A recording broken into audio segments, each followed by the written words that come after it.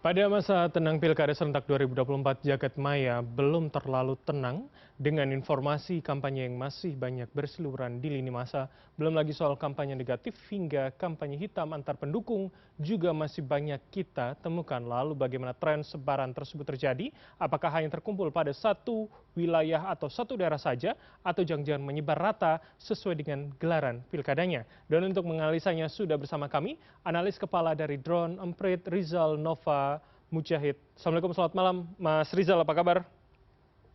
Selamat malam, Bram. Sehat-sehat. Sehat, Alhamdulillah di H-1 pencoblosan begitu ya. Mas, ini saya ingin Betul. spesifik begitu. Kalau kemudian dalam masa tenang 3 hari terakhir, bagaimana trennya? Apakah kemudian memang masih cukup tinggi untuk kampanye negatif atau kampanye hitamnya lebih besar begitu? Drone Empit memotretnya bagaimana, Mas? Ya, eh, kalau kita lihat dalam 3 hari terakhir ya, masa tenang, itu perbincangan tentang pilkada sendiri justru meningkat di hari terakhir ini. Mhm. Jadi tanggal 24, 25 itu agak rendah, tapi tanggal 26 ini perbincangan secara umum tentang pilkada meningkat sangat drastis. Dan kalau kita lihat juga apakah ada kampanye negatif pada masa tenang ini, ternyata kampanye negatif ini tidak bisa lepas dari ujaran kebencian, Mhm. dari hoax, dari negatif campaign gitu, juga dari laporan tentang kecurangan. Nah, perbincangan sendiri kalau kita lihat sebenarnya terkonsentrasi di 5 provinsi besar ya. Pilgub Jakarta, di Jatim, Jawa Barat, Sumut, dan juga Jateng. Dengan Jakarta dan Jateng menjadi dua magnet perbincangan terbesar pada saat ini.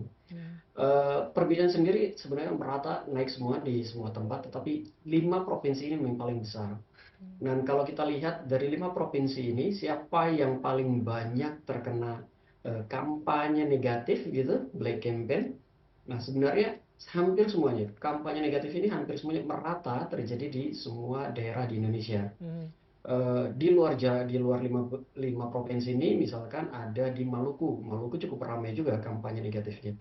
Lalu ada juga kabupaten yang tingkat kabupaten-kabupaten, dan kebanyakan ini menyasar kabupaten, menyasar eh, petahana ya. Kampanye negatif itu menyasar petahana, Oke. baik dia diisukan melakukan kampanye negatif atau menjadi Baik. sasaran kampanye negatif kayak gitu. Oke, Mas Rizal, ini menarik. Kalau kemudian petahana menjadi sasaran begitu ya dengan rekam jejaknya, bagaimana soal Jakarta? Saya ingin masuk spesifik di situ. Kalau kita melihat tadi kurvanya begitu, Jakarta kan rasanya cukup tinggi begitu ya. Apakah kemudian memang Ya, paling tinggi dalam pantauan drone emprit? Dan bagaimana dengan tidak adanya petahana di Jakarta? Apakah itu kemudian meminimalisir negatif dan black campaign-nya atau jangan-jangan sama saja begitu, Mas? ya, Jakarta memang agak agak khusus ya. Oke. Meskipun tidak ada petahana, tapi yang berkontestasi di Jakarta salah satunya adalah pernah menjadi gubernur, pernah memimpin gitu. Black campaign yang kuat di Jakarta pada 2 hari terakhir itu memang menyasar pada paslon nomor 1 ya, Pak RK. Kalau kita lihat isinya itu memang lucu-lucu. Selain melihat apa saja yang sudah dilakukan pada saat dia menjabat sebagai gubernur, juga di Pak RK ini diasosiasikan dengan LGBT gitu. Tidak hanya mendukung LGBT, tidak hanya dia tidak bermasalah dengan LGBT, bahkan ada juga yang menyampaikan dia justru adalah bagian dari LGBT itu. Nah, hoax atau ya itu black campaign-nya, tapi kan black campaign itu biasanya selalu ter sangat sangat erat kaitannya dengan hoax. Ada hoaxnya di sana. Nah, Pak RK itu menjadi sasaran utama penyebaran kampanye negatif dalam 3 hari terakhir di Jakarta. Tetapi sebenarnya sasaran utamanya bukan hanya Pak RK, tetapi Jawa Barat secara umum. Jadi Pak RK ini dibicarakan dalam Pilgub Jawa Barat dan juga Pilgub Jakarta secara secara langsung kayak gitu. Mhm. Petahananya di Jakarta, petahananya di Jawa Barat, dia diasosiasikan dengan Kim, dan Kim itu akan seperti itu, akan tidak baik dan seterusnya kayak gitu. Nah, Ini kalau kita lihat di Jawa Barat misalkan, ada laporan tentang kecurangan, ada laporan tentang hoax dan black campaign yang dilakukan oleh teman kita di Mavindo. Juga ada black campaign-nya sendiri gitu ya.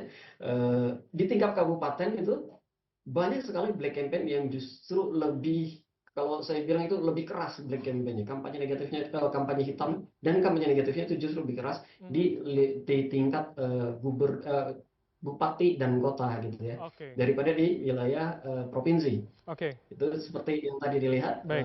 campaign negatif di Jawa Barat, salah satunya tuh di Kuningan tuh. Lalu juga kita akan lihat ada banyak sekali campaign negatif di Jawa Tengah dan di Jawa Timur dan juga di Sumatera. Oke, karena memang kalau di luar Jakarta, tingkat kabupaten kota rasanya memang lebih dekat begitu ya dengan masyarakat dibandingkan Betul. dengan tingkat provinsinya.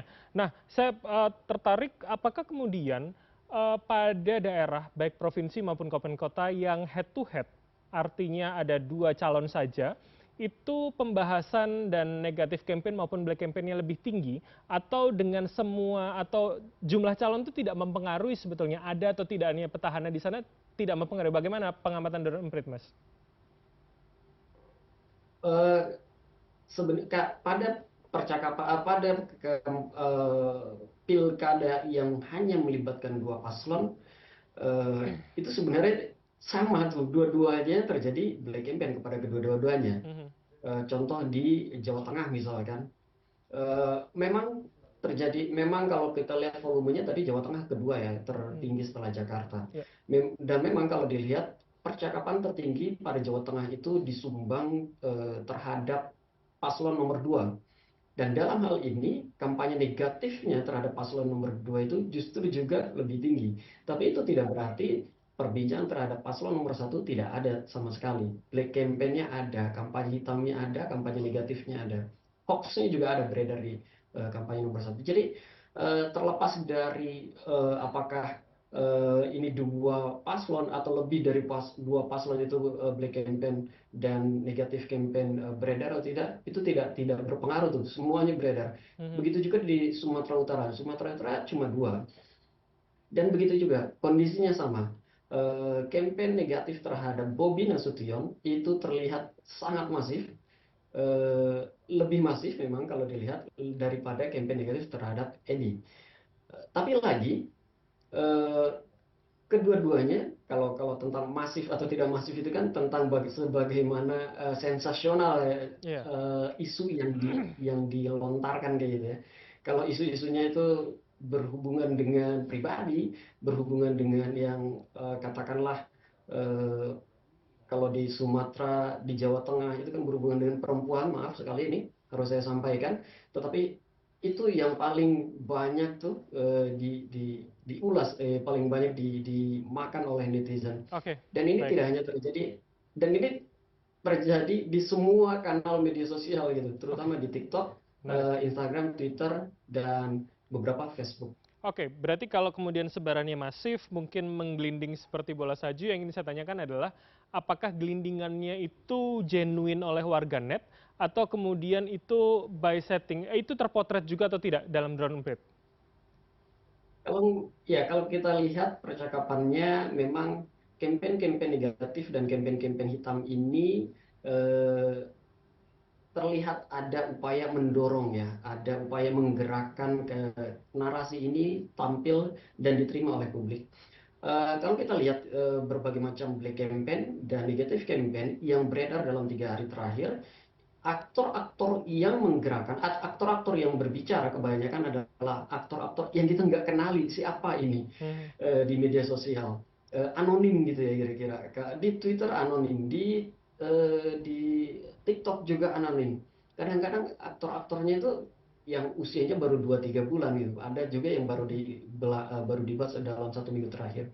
Jadi kalau dikatakan apakah ini by design, dengan saya kira kalau melihat aktor-aktor yang menjalankannya, lalu bagaimana masif dan seragamnya narasi yang disampaikan, saya kira tentu ada kekuatan di belakang itu yang setidak-tidaknya memanfaatkan isu yang sudah berkembang untuk menjadi lebih masif lagi mhm. beredar di media sosial. Oke, jadi artinya dari polanya begitu sudah bisa terbaca begitu ya, Mas Rizal. Ya. Terakhir kalau begitu, dengan kemudian Anda katakan ada yang mencoba menggerakkan, mengarahkan paling tidak, adakah kemudian langkah yang genuine juga dari warganet untuk mengantisipasinya? Karena kan hoax itu mau tidak mau pasti akan juga rasanya mungkin beriringan ya dengan negatif atau black campaign begitu. Bagaimana Drone Emprit melihatnya itu, Mas? Sebenarnya yang kerepotan adalah tim pendukung para paslon. Jadi mereka banyak sekali membuat klarifikasi, banyak Mhm. sekali membuat jawaban atas campaign-campaign negatif dan campaign-campaign hitam yang beredar di media sosial. Tidak jarang juga itu sampai dibawa ke ranah hukum. Di Maluku misalkan, eh, paslon Pak Murad Ismail itu mendorong agar polisi segera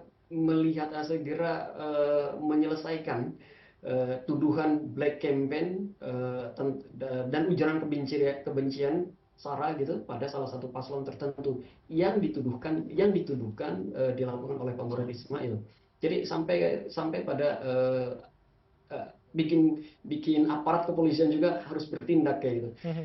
Dan tentu saja kalau selain itu tadi ya, selain para pendukung paslon yang juga turut mengecek adalah rekan-rekan kita di Mavindo. Itu beberapa saya lihat dia mengecek hoax tentang beberapa hoax yang beredar di beberapa kampanye di beberapa daerah pilgub gitu ya.